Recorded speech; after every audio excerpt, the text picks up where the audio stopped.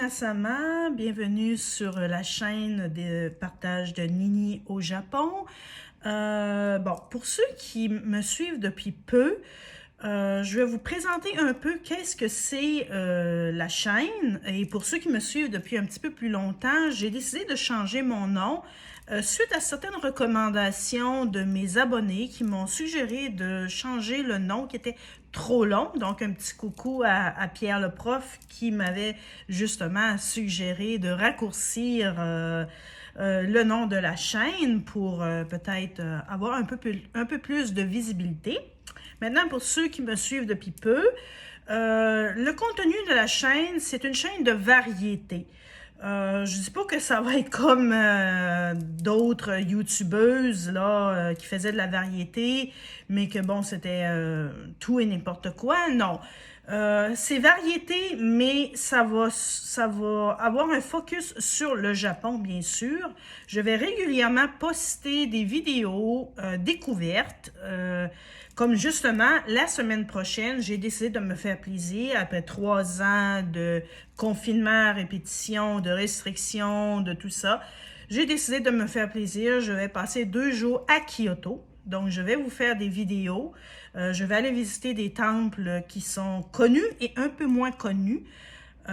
Justement, pour vous faire découvrir certaines facettes du Japon qu'on ne voit pas forcément dans les bouquins que vous achetez de voyage, parce que c'est à peu près toujours les mêmes choses qu'on vous présente, et vous aussi passez parfois à côté de choses qui seraient aussi intéressantes. Maintenant, j'habite pas à Tokyo, je tiens à le préciser, je n'habite pas à Osaka, je n'habite pas à Kyoto, je n'habite pas dans les endroits qui sont connus pour la plupart des touristes. Et il y a aussi autour de moi des endroits qui sont plutôt méconnus, mais qui valent le détour. Donc, ma chaîne, parce que là, je pense que oui, on aura probablement, en tout cas, je me croise les doigts, qu'on n'aura plus de restrictions, on va pouvoir circuler librement, je vais pouvoir me consacrer beaucoup plus à ma chaîne à ce niveau-là, au niveau culturel, au niveau touristique, et vous faire partager, vous faire découvrir le Japon. Parfois, je vais faire des petites vidéos, ce qu'on appelle des shorts, pour apprendre des mots en japonais ou en québécois, parce que oui, vous le savez, j'ai grandi au Canada. Donc, vous le voyez par mon accent, ceux qui veulent aussi se familiariser avec la culture canadienne, je vais parfois faire des petites vidéos très courtes au sujet du Québec et aussi de, on pourrait quasiment dire ça comme ça, la langue québécoise, parce il y a vraiment des mots qui sont uniques au Québec, et des petites vidéos, là, des shorts sur la langue japonaise, parce que oui, je peux quand même m'exprimer en japonais, je connais beaucoup de mots, je connais le fonctionnement aussi de la langue japonaise, donc ça va m'arriver parfois que je vais faire des petites vidéos flash comme ça sur la langue japonaise, sur le Québec, ok, et sur le Japon, la culture japonaise en général, et des infos flash sur le Japon. Maintenant, je vais vous présenter ma mascotte, qui est un dogu, ok, qui est une figurine très connue ici au Japon. Moi, j'adore, je les collectionne. J'ai beaucoup de petites figurines ou de tout ce qui représente. C'est un petit peu, là, certaines personnes, c'est des licornes, d'autres personnes, ça va être des anges. Bon, mais moi, c'est ça, je collectionne les dogus. Et ça, c'est ma petite assistante, si on pourrait dire ça comme ça. Et celle-ci que je vous présente, mon assistante, qui sera pour les voyages. Donc, elle va me suivre durant mes voyages et on va faire des vidéomontages. Je suis en train là, de suivre des tutos, comment qu'on peut faire, bon, des montages et tout. Bon, je prends tout moi-même. Je tiens à vous le préciser, ma chaîne, elle est simple. J'essaie d'utiliser beaucoup mon imagination pour la rendre agréable pour mes abonnés. Je fais mon possible parce que je suis seule, ok, et je me débrouille avec mes propres moyens. Et aussi, je travaille seulement avec un téléphone. J'ai pas de PC, donc, comme on dit, je travaille avec les moyens du bord. S'il y a des personnes qui peuvent me donner des conseils, je suis toujours ouverte aux recommandations, bien sûr, mais bon, il reste que tout ce qui a rapport à l'audiovisuel et toutes les affaires de conception de vidéos, bon, de choses comme ça, c'est sûr que ça prend aussi beaucoup d'argent, ce que je n'ai pas. Je ne suis pas millionnaire, malheureusement, donc je ne peux pas m'acheter, bon, je sais que ça prendrait peut-être des caméras plus performantes, des micros, peut-être aussi l'achat éventuellement d'un PC, parce que seulement travailler avec un téléphone, ben, c'est sûr que la qualité du son et la qualité de l'image, elle est ce qu'elle est. Bon, maintenant, ben, pour l'instant, ça va être comme ça, en toute simplicité, mais mes vidéos ne sont pas des vidéos qui vont durer 1 heure, donc je m'en tiens environ à 30 minutes, pour éviter justement de saouler mon auditoire, parce qu'il y en a qui disent que quand c'est trop long, bien souvent, après 20 minutes, les gens décrochent, à moins que ce soit vraiment un documentaire. Je vais éventuellement y penser pour les documentaires, surtout quand ça va être au niveau voyage. Comme la semaine prochaine à Kyoto, c'est fort possible que les vidéos soient plus longues, mais aussi je vais m'organiser pour faire des shorts. Donc, ça va être plus long peut-être, je ne sais pas, je vais y penser. Vous pouvez me laisser aussi vos commentaires, vos recommandations. Je suis toujours ouverte à toutes les recommandations. Maintenant, pour ce qui est de ce qu'on pourrait dire des sujets un peu plus sensibles, oui, je vais faire aussi des vidéos avec des sujets beaucoup plus sensibles, mais vous savez, présentement, surtout sur YouTube, il faut faire très attention et il faut utiliser un langage codé parce que vous savez ce qui est arrivé à notre chère amie Nana l'Information Autrement. Elle s'est fait supprimer sa chaîne YouTube et c'est que elle est tombée dans le collimateur de certains journalistes. Moi, ce que je pense, ce qui est arrivé à Nana, c'est à cause des journalistes, bien évidemment, qui se sont attaqués à elle. Et ça l'a fait, autrement dit, un effet boule de neige. Donc, il faut faire vraiment très attention quand on a une chaîne YouTube de ne pas attirer l'attention de gens qui sont dans des positions qui pourraient vous faire supprimer votre chaîne. Donc, c'est ça. Donc, je vais quand même en faire aussi des vidéos où je vais essayer le plus possible d'éveiller les consciences, mais comme on dit, il faut faire très attention.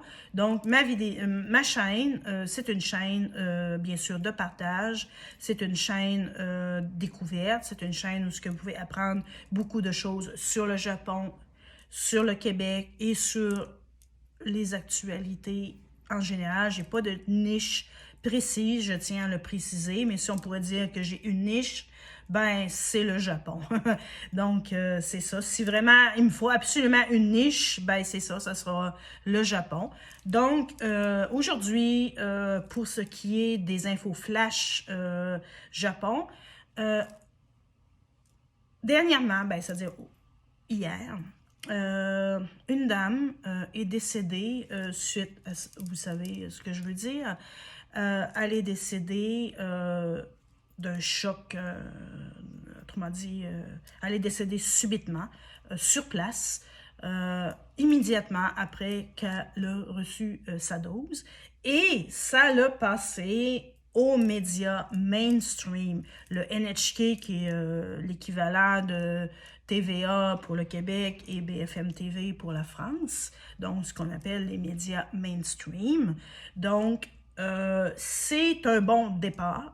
Déjà en partant que ça ne soit pas juste des médias alternatifs ou, autrement dit, sur les réseaux sociaux que la nouvelle s'est propagée, mais que ça l'a bien fait un effet boule de neige ici au Japon parce que c'est le mari, c'est l'époux de cette dame-là qui a commencé à, autrement dit, à faire du bruit et ça l'a passé. Donc, je trouve que les médias japonais sont beaucoup plus honnêtes que ce qu'on pourrait voir, par exemple, au Canada ou en France, parce que comment ça a dû avoir arrivé en France et au Canada, ces choses-là, mais ils n'en ont pas parlé et bien souvent, ça se retrouve strictement sur Internet et souvent les gens disent « Ah, c'est fake news, c'est pas vrai, est-ce que c'est vrai, est-ce que c'est pas vrai? » Alors que nous, ici au Japon, ça l'a passé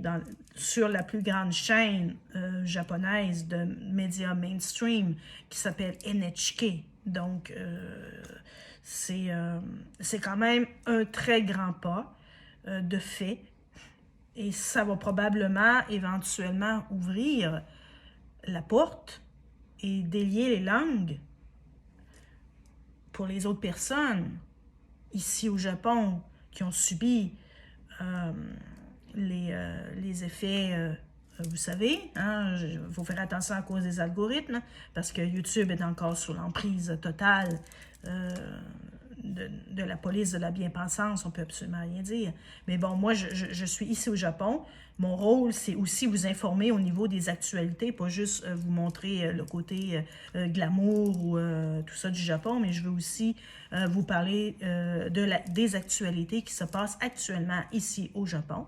Donc, une première, enfin, un cas réel de mort subite, suite à ce que vous savez, a passé aux nouvelles, dans les médias mainstream, ici au Japon. Une dame est décédée, le mari est en pleurs, le mari est complètement désemparé et il veut, autrement dit, entamer des poursuites judiciaires contre, vous savez, la compagnie de la petite pilule bleue, OK, qui est supposée faire, OK, vous savez ce que je veux dire, la petite pilule bleue là, que les hommes aiment bien, OK? Donc, il veut entamer des poursuites judiciaires contre cette compagnie-là.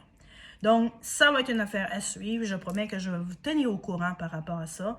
Bien sûr, on n'en parlera pas dans les médias en France et au Québec, mais moi, je suis bien placée pour vous dire que ça s'est passé aujourd'hui. Grosse nouvelle, et c'est peut-être l'espoir pour...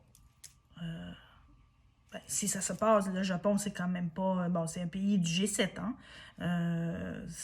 J'imagine que si ça se passe au Japon, ben, probablement que d'autres personnes au Canada, en France, partout ailleurs, vont décider de faire la même chose. Donc, pourquoi pas peut-être une union mondiale de gens qui ont été victimes, qui ont perdu un être cher ou qui ont eu des blessures suite à ça, qui pourraient se réunir et poursuivre cette compagnie-là de la pilule bleue.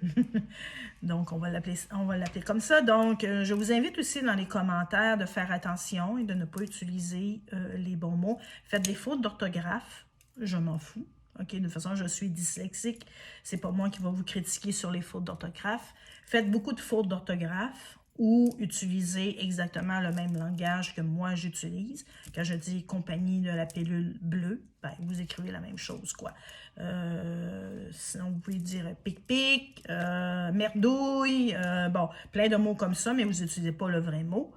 OK? Donc, ça, c'est pour protéger la chaîne, parce que justement, je ne me spécialise pas dans une chose spécifique, mais j'aimerais que ma chaîne devienne plus, je pourrais dire, virale, si on peut dire ça comme ça, et que je puisse en tirer un petit revenu supplémentaire et vous faire partager encore plus des choses par rapport à le Japon, éventuellement voyager aussi ailleurs en Asie, parce que j'ai plusieurs pays autour de moi qui sont super intéressants, que ça serait intéressant. Mon rêve, c'est d'aller au Tibet. Je tiens à le préciser. Je rêve vraiment d'aller là-bas un jour, mais ça prend des sous, bien entendu. Je rêve d'aller au Népal. Donc, c'est toutes des choses, c'est tous des projets que j'ai en tête. OK, j'aime beaucoup l'escalade, j'aime beaucoup la montagne, bon, des choses comme ça. Donc, je pourrais éventuellement si le bon Dieu le veut, si j'ai les moyens, de vous faire des vidéos intéressantes aussi sur d'autres pays asiatiques, dont le Népal, le Tibet, pourquoi pas la Chine, tout ça. Donc, c'est des choses, c'est des projets que j'ai en suspens, et selon la providence, hein, selon ce qui va arriver, ce qui va m'arriver, parce que, comme je tiens à le préciser, j'ai toujours mon emploi principal, bien entendu, parce que ça, c'est dans le domaine public, c'est différent. Il y a des lois, on ne peut pas congédier comme ça un enseignant parce qu'il n'a pas voulu se faire la pic-pic, OK? On est protégé, il y a un syndicat, il y a toutes des choses comme ça. Par contre, pour ce qui est des emplois à temps partiel, ce qu'on appelle les emplois d'appoint pour nous rapporter un petit revenu supplémentaire, justement, qui aide à faire des voyages, des trucs comme ça, eh bien, eux, ils peuvent faire ce qu'ils veulent parce que c'est des institutions privées.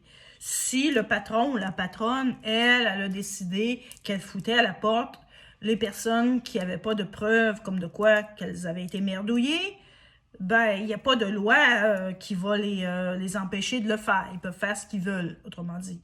Je ne sais pas là, ailleurs là, comment ça fonctionne, mais ici, il n'y a aucune loi. Autrement dit que si tu es propriétaire, tu es chez toi, tu as le droit de choisir les personnes qui vont travailler pour toi. Tu peux même sélectionner, ici au Japon, ça arrive régulièrement, on ne veut pas de gros. Ils ont le droit, tant que c'est privé. Par contre, dans le public, ils n'ont pas le droit. OK? C'est un autre paire de manches. Mais dans le privé, ils ont parfaitement le droit de dire, nous, on ne veut pas de gros. On ne veut pas de femmes. Oui, il y a des compagnies privées qui refusent catégoriquement d'embaucher des femmes. Il y en a même que ça peut aller jusqu'à dire qu'ils refusent d'embaucher des gays. OK? Bon, donc, c'est sûr que le Japon est un peu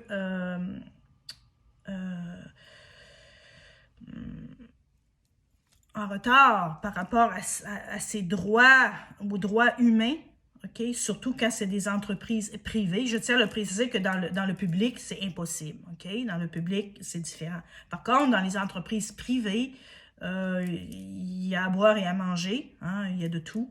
Il y a autrement dit, le patron, la patronne, elle est chez elle. Elle peut faire ce qu'elle veut. Elle peut décider de refuser d'embaucher des personnes parce qu'elles ont un embonpoint. Elle peut refuser d'embaucher une personne ou congédier une personne parce qu'elle a refusé de se faire pic-pic. Elle peut refuser d'embaucher des personnes qui s'affichent ouvertement homosexuelles. Bon, c'est le Japon, c'est comme ça. Il y a même dans les pires des cas, il y a vraiment des cas très racistes. J'aurais peut-être éventuellement vous faire une vidéo, mais c'est très triste. C'est un sujet qui me rend...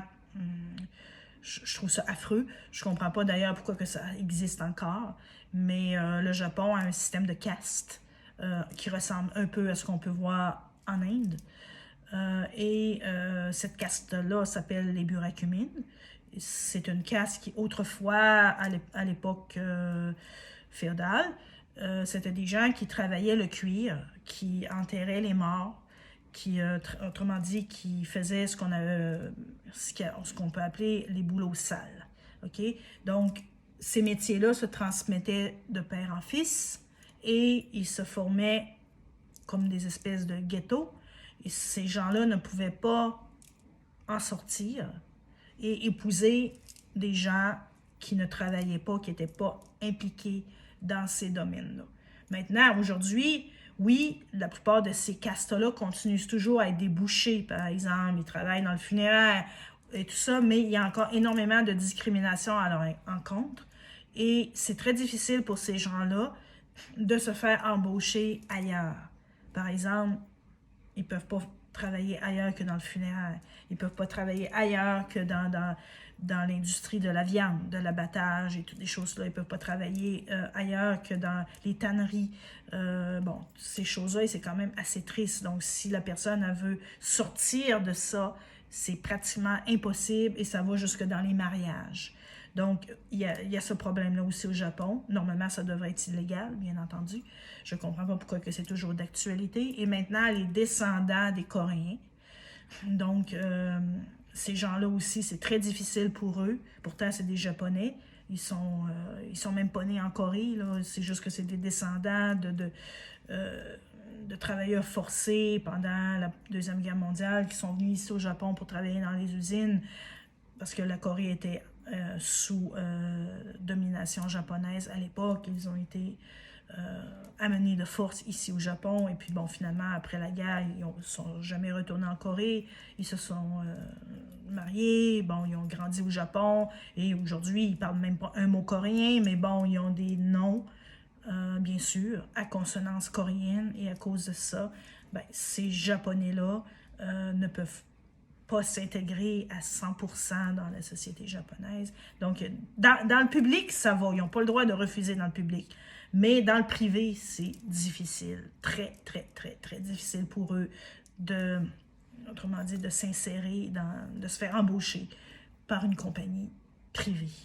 Donc, ça, je tenais à le préciser, mais j'aurai peut-être l'occasion de vous faire une vidéo là-dessus, de vous expliquer plus en détail le contexte, même si je sais que c'est pas très rigolo. C'est pas un sujet que j'aime vraiment aborder parce que ça me fait beaucoup de peine de savoir que dans un pays avancé, industrialisé comme le Japon, il y a encore des choses comme ça, hein, des castes ou du racisme, de la discrimination à cause de tes origines sociales, pas sociales, mais la bourgeoisie au Japon, c'est pas vraiment ça. Donc, ici, il y a beaucoup de mixité sociale. On s'en fout si t'es bourgeois ou ouvrier. C'est vraiment les origines ethniques. Et il ne faut pas que tu appartiennes à la caste. Parce que je tiens à le préciser, cette caste-là ne sont pas forcément pauvres. Normal, ils opèrent des compagnies de funéraires, ils opèrent des compagnies de viande, ils sont loin d'être pauvres. Ce n'est pas une question d'argent, c'est pas une question d'être instruit ou pas instruit, c'est une caste. Bon, il y en a, oui, effectivement, qui sont pauvres parce qu'ils n'ont pas... oui, mais bon, je pourrais dire que la majorité, ils sont loin d'être pauvres, mais c'est difficile de s'insérer dans la communauté générale japonaise. Ils sont toujours comme mis à l'écart. Ils sont toujours dans leur groupe, dans leur univers, c'est ça, dans leur groupe, quoi. Puis c'est la même affaire. Bon, pour les Coréens, par contre, pour dire que c'est différent de la caste japonaise, des Burakumines, parce que la plupart de ces descendants coréens-là, malheureusement, sont très pauvres. Ils sont surtout concentrés à Osaka. Et ceux qui réussissent financièrement, ben, c'est que justement, ils ont des chaînes de restaurants de cuisine coréenne ou des usines où ils font des aliments préparés, des mets coréens. Bon, ça c'est ceux qui ont quand même réussi à se sortir du lot et réussir financièrement. Mais malheureusement, beaucoup de descendants coréens ont énormément de difficultés financières. Ils sont souvent dans la pauvreté et vivent de façon très précaire. Mais bon, j'aurai l'occasion de vous faire des vidéos là-dessus, vidéos sur la caste japonaise qu'on appelle les Burakumines et une vidéo sur les Japonais de descendance coréenne. Donc, vidéo très triste. Je n'aime pas aborder ces sujets-là, mais c'est important de le savoir. Ça fait partie de l'actualité, même si c'est triste. Donc, voilà. Donc, pour ceux qui me suivent depuis peu, ma chaîne, c'est une chaîne de variété. C'est sûr que si je suis obligée de dire que j'ai une niche, ben ma niche, c'est le Japon, les actualités japonaises, ce qui se passe actuellement au Japon, voyage, langue japonaise, cuisine japonaise, et parfois des petites vidéos flash sur le Québec, sur la culture québécoise, bon, les trucs comme ça. Vous pouvez me donner aussi vos suggestions, je suis toujours ouverte d'esprit. Donc, voilà, on se dit sayonara et à la prochaine. Et n'oubliez pas, la semaine prochaine, je vais à Kyoto et je vous promets de très belles vidéos touristes. OK, bye bye!